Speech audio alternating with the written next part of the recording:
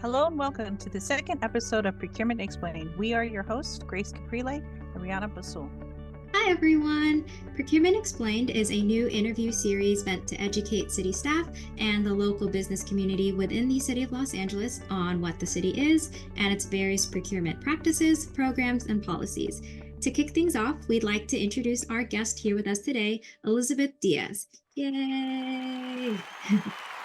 Yes, Elizabeth Diaz is the Procurement Support Manager overseeing the OOP's Procurement Support and Assistance team.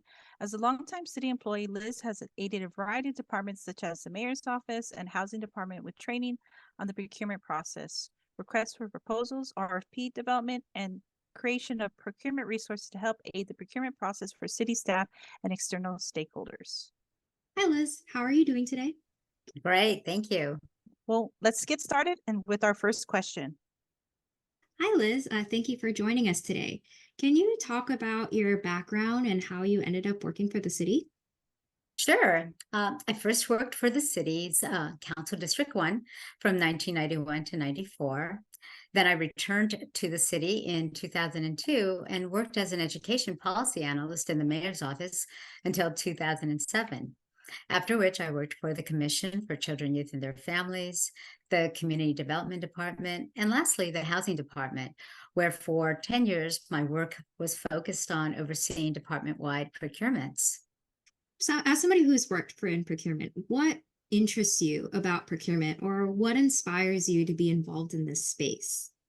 Well, after managing 100 procurements from 2013 to 2023, I became rather passionate about ensuring that procurements were conducted in a fair, ethical, and transparent manner, keeping in mind that the resulting publicly funded contracts are intended to either directly or indirectly benefit city residents. So I've often told my new staff who I'm training that one of our primary goals in conducting procurements is to make certain that we never end up on the front page of the LA Times, that these procurements never become public knowledge in that way, and that I've stressed the importance that they be completed in a manner that really limits any liability against the city. Sure. As someone who's, has years of experience in sort of the procurement space, what are some, if you can name a few challenges that for city staff and vendors that they face just within the procurement process itself? Sure. For city staff, it would be sometimes the inappropriate interference by other city program staff or executive staff, and unfortunately, even some elected officials during the procurement process. I have been in situations where we needed to stand up to decisions that could affect the eventual outcome of recommended contractors. And so for vendors, there's always the general challenge of understanding all of the particular proposal submission requirements and the additional contract execution requirements. They can be very challenging in the sense that they're not clear and there are many requirements. Sure. In regards to like sort of the vendor aspect, I'm curious about how often do you see like the sort of the same issues that they run into? Is like a consistent like sort of issues, or like are they varied depending on the type of Yeah. yeah. They can be varied, again, because vendors are using our RAMP, our Regional Alliance Marketplace for Procurement platform. So one issue could be just simply getting acquainted with the platform and how to develop their profile, then how to use the many aspects of the platform. And then, so that's just getting used to the platform. Then, of course, there's all of the issues surrounding actually responding to city contracting opportunities that can be very confusing. Unfortunately, sometimes there's challenges with conducting what we call the business inclusion program outreach. And that can remain problematic if they're not able to do so in a timely manner. So there's a variety of issues that vendors can face in being responsive to opportunities that the city offers. Sure. In regards to the issues I face, I understand that you are the lead for the Procurement Support and Assistance PSA team. How is that? How is that team's role in sort of addressing those issues and or responsibilities they have overall? Sure. So our PSA team is responsible for assisting city departments with all aspects of the procurement process, which requires familiarity with existing ordinances and policies and other requirements that govern procurement. And so the assistance is provided to our external RAMP users, and this often includes either responding directly to inquiries from the vendors via our SNOW ticketing system. That's our ServiceNow ticketing system, and also similar inquiries from city staff through that same ticketing system.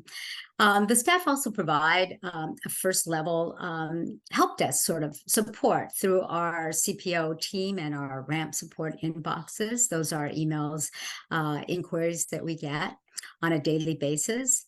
They also provide one-on-one consultation with individuals or departmental procurement teams that may have questions. I often get those questions myself directly. There's also intensive procurement assistance for very specific departments who need it. So sometimes we meet individually with departments to provide one-on-one guidance. Also, again, as I mentioned, we provide assistance through our monthly webinar RAMP webinars, I'm sorry, that we conduct, which provides a lot of information about how to establish an account on RAMP and how to troubleshoot some of the issues that vendors face when using that website. Also, we've just recently revised our manuals. We have many manuals and guides and other resources for city staff as well as external RAMP users. And we continue to develop more resources for both of our constituencies in that sense. And lastly, we also, in doing all of this work, they're really in a position to identify trends or problem areas in need of technology and or policy solutions, and making recommendations to our other units in the Office of Procurement that could be helpful. I see. Is there anything in particular that you or your team have found that there's some possible areas of improvement in regards to the procurement process? Yeah, a lot of times it's just being clear. And so what we find is it's really important in everything that, in every manner that we serve our constituencies, let's say, that the resources are clear. So for instance, again, in our RAMP resources, we have reviewed them to make sure that they're clear, they're updated, and also any of the policies and procedures. Again, we have a lot of manuals that make the work much more clear and helpful. So that the team will continue to revise these on an as-needed basis, as well as when we're conducting our RAMP webinars. We've continued to refine some of the topics that we present in those webinars as well to be helpful. Wow, the PSA team is quite the force. They're definitely taking a lot of things under their lead and just sort of supporting city staff and vendors alike. Could you provide how are inquiries answered by city staff or from city staff and vendors?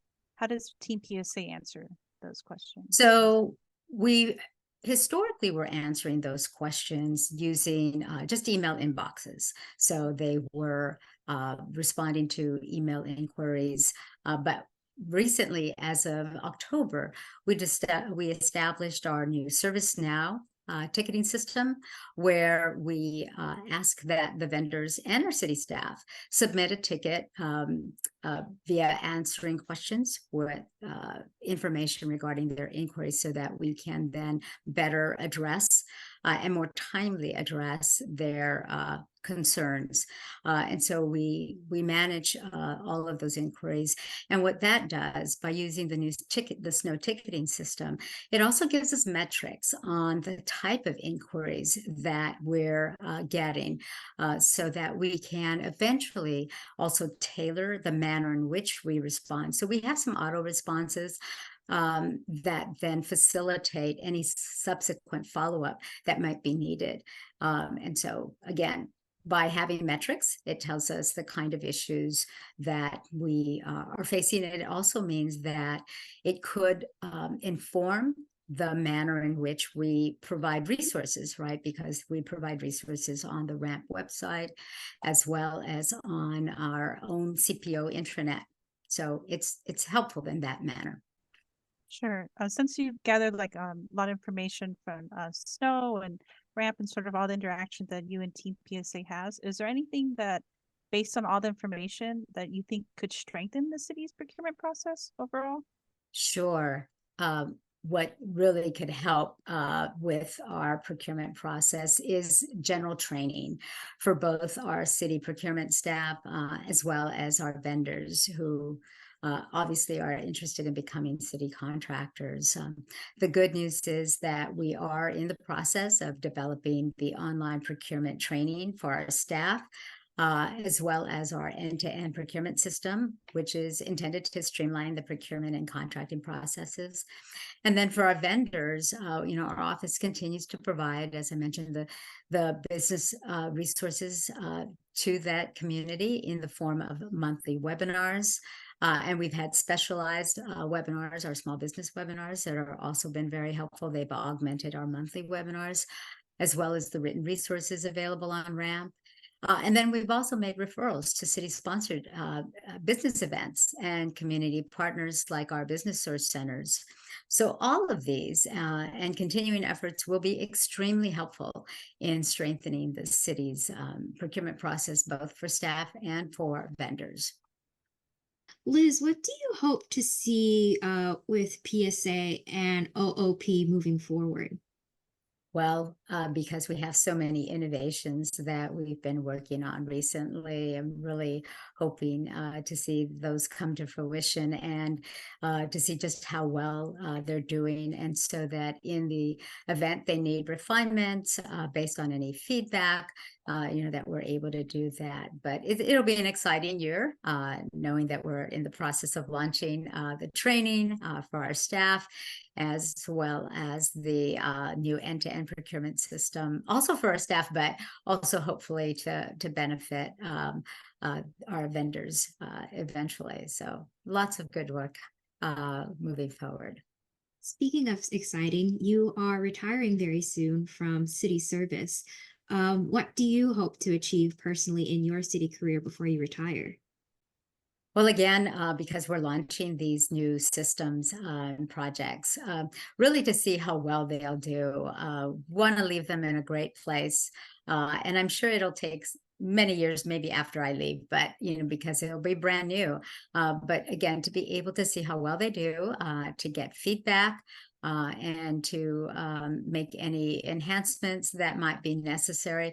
But I can really see that these new projects and new support systems will be really beneficial for procurement staff, and then eventually for our vendors, our vendor community, because you have to understand that for all these years, we've never had an office of procurement. It's really been a great thing, establishing this office, because prior to this, there was no centralized location where staff could come and seek guidance, or vendors as well.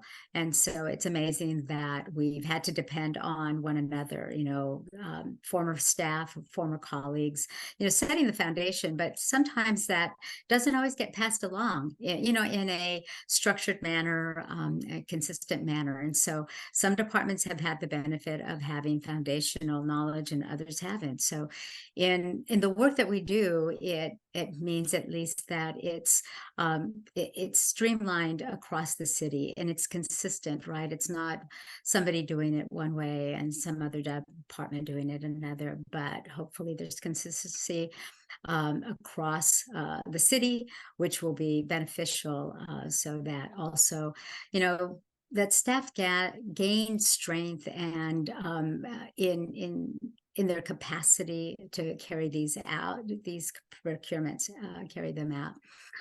Also that they establish confidence, right? Because it's very difficult to do this not knowing exactly how to proceed. We never had manuals. We never had so many of the resources that we have now. So they're often needed. It's very clear to us that it's often needed to have these supports in place. So that's what I'm hoping will eventually come to fruition, that we have all these systems in place that will ultimately benefit our constituencies, meaning our staff that we serve, as well as our vendor community. Definitely. With this one last question, in terms of everything you learned for all your years with the city and elsewhere and your knowledge with the OOP, what are some tips for new city staff or procurement staff rather, that you can leave us with? Yeah, be inquisitive, learn as much as you can. Do your own research too. Try to, when things aren't clear, I know we always say this, ask questions, but you should ask questions. Try to read as much as you can. And I also make it a habit of reading the newspaper every day. I want to make sure I know what's happening because it could actually affect our work. But it's good to just learn as much as you can. I remember hearing someone else talk about the way she learned, and I thought it was really interesting because she was just I believe she was just a receptionist, and she ended up working for a council office and went around the office and asked, so what do you do? And, learned a little bit of what that is and what do you do? So, and she ended up becoming, I believe, the chief of staff to the council member that she was working for, because she continued to want to grow, right? Information, I'm sure you've heard this before, is power. But it helps you in your career to know as much as possible. And again, if there isn't anything, do what you can. There's a lot of resources to research and learn more about a particular topic when maybe it piques your interest. Yeah, I would say just, be inquisitive about the various processes and really try to work and do exceptional work. Exceptional work is really appreciated. I know it's easy because sometimes, people say, oh, it's a civil service job. I'm just going to skate and do the minimum. That's not going to get you very far. You really have to try to be exceptional in your work. And for me, because I tend to be a little compulsive, I'm a big planner. I'm a big proponent of planning your work. So again, so that you're efficient also in completing assignments. But yeah, just be as good as you can be, And lastly, actually, I want to leave everyone with this thought. This work can be tough, right? And sometimes, we are challenged. But I would also say that's what's really important is also to always do the right thing. Sometimes folks, I think we've heard enough about some of the less than acceptable behavior by some of our leaders in our city. But, it gets tempting to do, other things. And so always strive to do the right thing also, I would say. I remember I had to give that advice to one of my bosses. And it was kind of a funny situation, but yeah, I was asked about that and that was my response. Definitely very good advice to follow. And again, we just want to thank you so much, Liz, for joining us today. And it's clear you're doing amazing work for the city of Los Angeles. And we look forward to seeing what not only you and Team PSA does next. So thank you again. We appreciate it. Thank you. This episode of Procurement Explained will be posted on our social media channels. You can follow Liz and the Office of Procurement on Facebook, Instagram, LinkedIn, and YouTube at LA City Procurement. Again, we want to thank Liz, and we hope to talk to y'all soon. Take care, everyone. Bye.